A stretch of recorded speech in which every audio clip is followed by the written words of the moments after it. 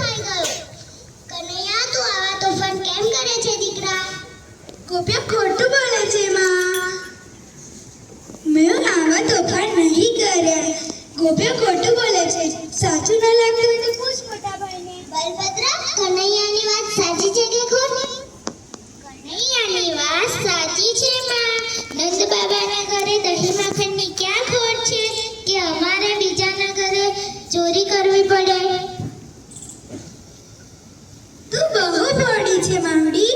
હું વાળી માખણની ચોરી કરું? તું શું ગોપ્યો ખોટું બોલે છે?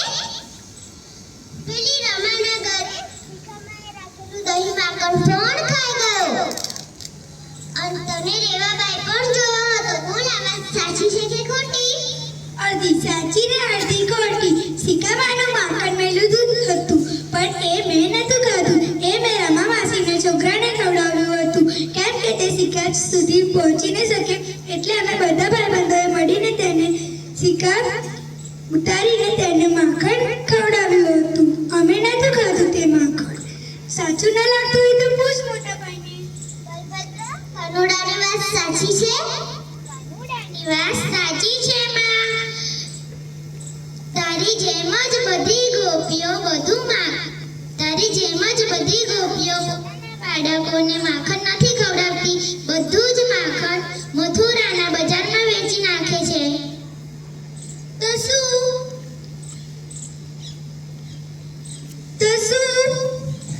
પોતાના છોકરાઓને ભૂખ્યા રાખવાના હોય?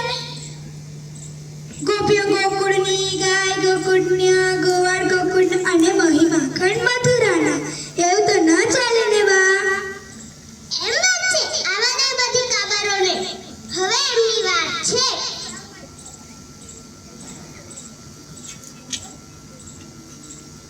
તમે મારા દીકરા પર ખોટું આડ લગાવો છો?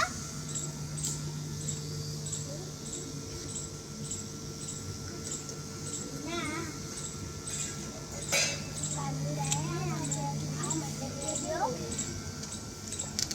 કાકડા મારીને પૂરી કાઢી.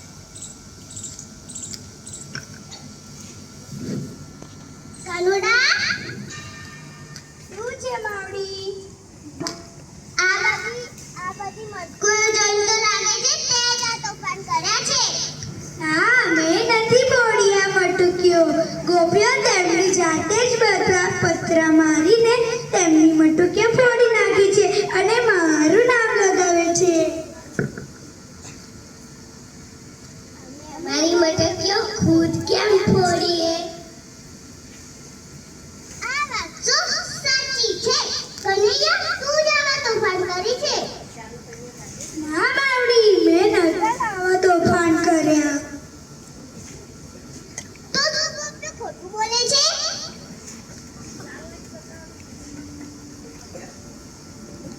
તમને ના સાચી જો આવું.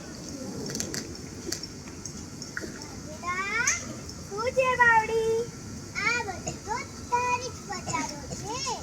સોરી માવડી, આવું નહીં ફોડું. હવે